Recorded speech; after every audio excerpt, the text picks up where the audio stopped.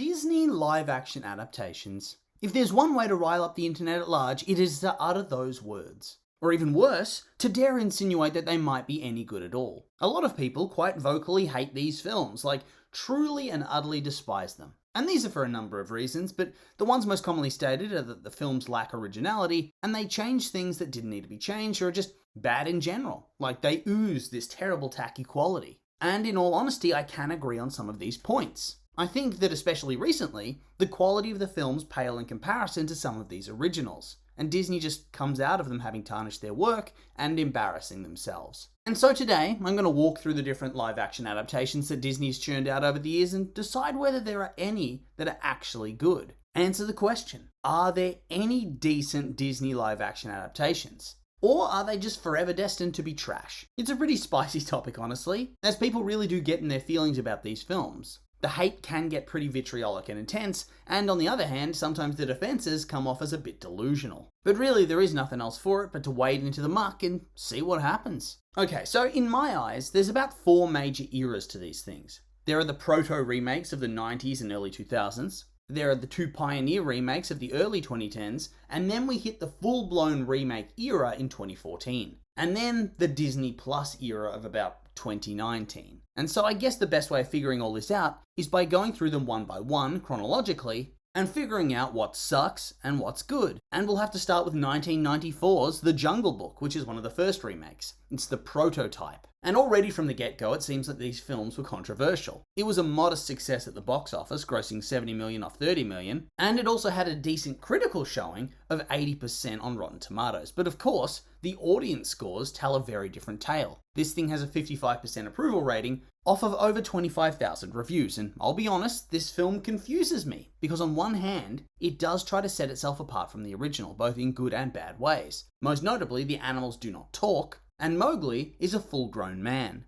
But unfortunately, this leaves you feeling a bit emotionally unsatisfied, as he doesn't quite have that same bond to the animals that he does in the animation. Or in the book, really. You just don't have that same connection. Instead, they transplant this bond to a love interest instead. And thus, the story's a little bit weak. But that being said, the film is beautiful and fun and exciting and bombastic. So I think they did start off, well, I mean, I guess the film is a bit decent. But I think for a lot of people, the style was very dated, even at the time. But I think it's a whole lot of fun. It's cheesy and camp, but for me, that's part of the fun with this sort of film. It's the same deal with 101 Dalmatians. It's a new take. The dogs don't talk, so, that's a bit of a minus for me, but the design and the script and the characterization, it was good. The second one, maybe not so much. 102 Dalmatians, I won't lie, I love the film, but it was objectively not so good. It's a guilty pleasure film for me. But yeah, like I said, the first one, I think it was actually a bit decent, but at the same time, it didn't add anything or have much of a fresh take. It was just a bit of a rehash. And so I don't think it really holds up as a great remake. And so already you can see that from the get-go, back in the 90s and 2000s, remakes were already a bit hit or miss. But we see that the best parts of them are when they try to be their own thing and make grand changes, a fresh take, as opposed to changing just 1 or 2 things, but keeping the rest the same. I think it's better to scrap it all to get some distance, otherwise people are just going to be mad that you bastardized a classic. And so then we have a bit of a break until the release of Alice in Wonderland in 2010, which, yeah, this film tries to blaze its own trail and carve out its own niche, and it has some really incredible visuals, but it's counterbalanced by the fact that the film is utterly bizarre, with an incoherent and forgettable story.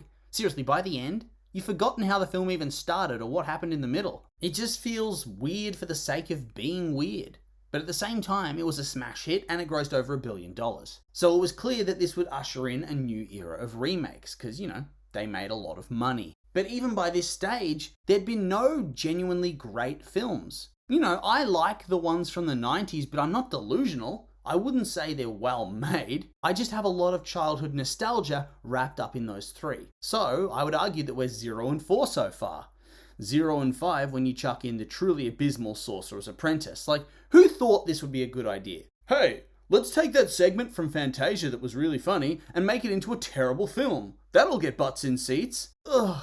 I mean, and yeah, I guess it did sort of. It grossed over 200 million, but it had a weirdly big budget of 150 million, which made it a box office bomb. So, 5 objectively low-tier films so far. A couple of box office bombs, a box office smash, and 2 modest successes. And honestly, I'm surprised they even went ahead from here with the remakes. They just don't seem to make sense. Alice in Wonderland was the only one that was a real smash. But, of course, they did go ahead with them. And so here we are, still continuing on. So then we had a bit of a break from the releases again, before we arrived at the onslaught of releases. And by onslaught, I mean onslaught, like 14 films in 8 years onslaught. I mean, it truly was an oversaturated period of releases, and it began with Maleficent. And look, it did well financially, over $700 million at the box office, and audiences liked it. 70% on Rotten Tomatoes, not too shabby. Critics, not as much, 50% or so, but sorry, critics are wrong. The movie is good, genuinely good. And it's probably the first remake that was able to strike that right balance of faithful versus fresh. It takes a pretty underdeveloped story and a set of characters, Sleeping Beauty, Maleficent, Aurora, and it changes it. It fleshes out the characters far more and approaches the story from a completely different angle. Instead of being a generic good versus evil fairy tale, it becomes a story of love and betrayal, and motherhood really. It really carved out its own place. And it was fresh and vibrant and exciting. And I feel like this is the perfect way to make these films. You need to put your own spin on it and really just make a new story with similar characters and themes. And so I'd argue that this is the first truly good Disney remake. Then they followed up with Cinderella, which doesn't do any of the things I just said. Doesn't diverge from the classic in many ways at all, and yet it had charm and good performances and a great design. It expanded on the stepmother character and her backstory, and I don't know, it just had some old classic fairy tale charm, which I think a lot of people liked because it was popular with both critics and audiences, and thus the studio was flying high. And then The Jungle Book came out. Same story, smash hit critically and commercially, a visual masterpiece, loved by audiences. This time a bit grittier, a bit scarier, and in this way it sets itself apart from the classic film. And so, this era, you really like it. It's the early stage of development for these sort of films. They weren't oversaturated just yet, and they were a lot of fun because they were doing new things. Then you get Alice Through the Looking Glass, which in my opinion is unwatchable. I had to switch it off. So, I guess the era's not immune to failures here and there, and I'm pretty sure it was panned and a box office bomb as well. And around here, this is where I remember hearing the first rumblings of the remakes being kind of trash. And I know that Beauty and the Beast cops a lot of hate online, but honestly, on reflection, I think it is decent. Is it as good as the original? Hell no. Is it a bit derivative? Very much yes. But it had heart, and the costumes and the sets and the songs, they make up for any narrative fumblings. And I say narrative fumblings, but honestly the major thing that people always complain about is Emma Watson's singing. But I can look past that because the rest is at least good. It did well critically, and it did well with audiences, and it grossed a fair amount. And all in all, it was another good showing. But that being said, it's also where we start to see the films falter. Because whilst it was good, it was clear that the stories were starting to simply follow the set narrative of the classics instead of blazing a new trail and trying to do something different. So it was quite lucky that Christopher Robin actually provided something different. It's more of a look back on Christopher Robin's childhood as he, an adult, contends with the return of his once beloved toys. And my god, this film is so damn wholesome it makes your cheeks hurt from smiling. Nostalgic tears dripping down my face. This film for me is majorly underrated. Did okay at the box office and well with audiences and critics, but I feel like it was completely forgotten, and that's a shame. I loved Pooh Bear as a kid, and so I really felt like I was smack dab in the target audience here. But sadly, it's also where the quality starts to dip, and dip quite hard. We have Dumbo, which was... Dumbo's cute, but this movie sucks ass. And for many of these films, Dumbo and beyond, it's like Disney thought, let's take the original film, but make it less good. Same deal with Aladdin. Let's make Aladdin, but worse. Honestly, the reason I think people are really fond of this film is Will Smith. Coming into it, everyone was so eager to shit on him and his performance, so ready to rage because he's replacing beloved Robin Williams. And whilst that did happen to an extent, at the same time, because of his performance, there's been a lot of love directed to this film.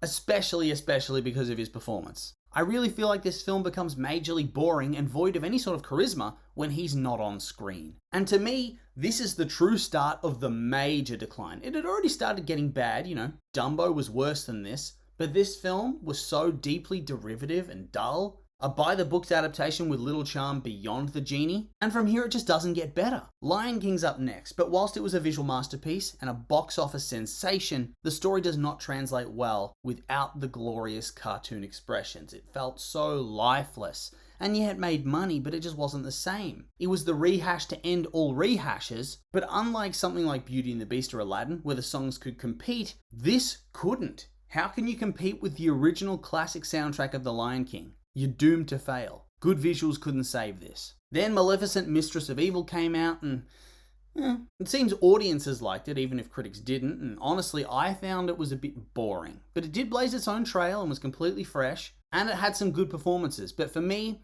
very forgettable. A feature that characterizes these later remakes. They're either shit or forgettable. Lady and the Tramp. How many people have actually watched this one? I mean, I did at the time, but it's completely disappeared from my brain. Same with Mulan. They're just so dull and forgettable. I don't even know if they were shit. On the bright side though, I did like Cruella. I thought it was a really fresh and interesting story. A great way to reinvent the character and set itself apart from the original film in a way that was really compelling. But then they followed that up with Pinocchio. Oh, Pinocchio. I think this might be the worst one. It has to be among the worst Disney adaptations ever. It's the film equivalent of sitting down to eat at a fancy restaurant being served dog shit on your plate. The hour and a bit you spend watching this film, you can never get it back. There's so much regret. And what's worse is that Disney seems to want to follow that up with an equally shit-looking adaptation of Peter Pan and The Little Mermaid, which once again just seems to follow the mantra. The same as the original, but worse. And so, to me, it's quite clear why these films cop so much hate. I mean, have they reduced the budget these things are getting because the quality, the visual quality, it's noticeably dropped. But also the writing sucks. They're just going through the motions, checking the box. Oh yeah, we've adapted this now, and this now, and this now, and this now. Apart from a few exceptions, it just doesn't seem like a passion project anymore. They're only changing surface elements like race or gender or whatever. And I'm not against that at all, don't get me wrong. But I think that the way to make them actually genuinely good is to make significant story changes and focus on a different character. That's by far the best way to go about it. I mean, they have made popular by-the-books remakes in the past. Cinderella is an example. But those are firmly in the past now. Since then, they've just rehashed and they suck. Especially when it's the Renaissance films, because they have so much more nostalgia wrapped up in them. And that's why in my eyes it's films like Cruella or Maleficent that should be the ideal. Films where they tell a fresh story with the same characters, reimagined. Whether it's a villain or a side character, this is the way to do things. Otherwise, I fear they're going to keep churning out shit films. But regardless, with all that being said, there really isn't much else to say. I could rant on forever, but I think I'll end the video here. And so with all that being said, I'll just remind you that these were just my opinions, and now I'd like to hear yours. What do you think of the Disney live action adaptations? Are there any that you actually like, or are they all shit to you? I'm curious for your thoughts, so make sure to like, comment, subscribe, and let me know.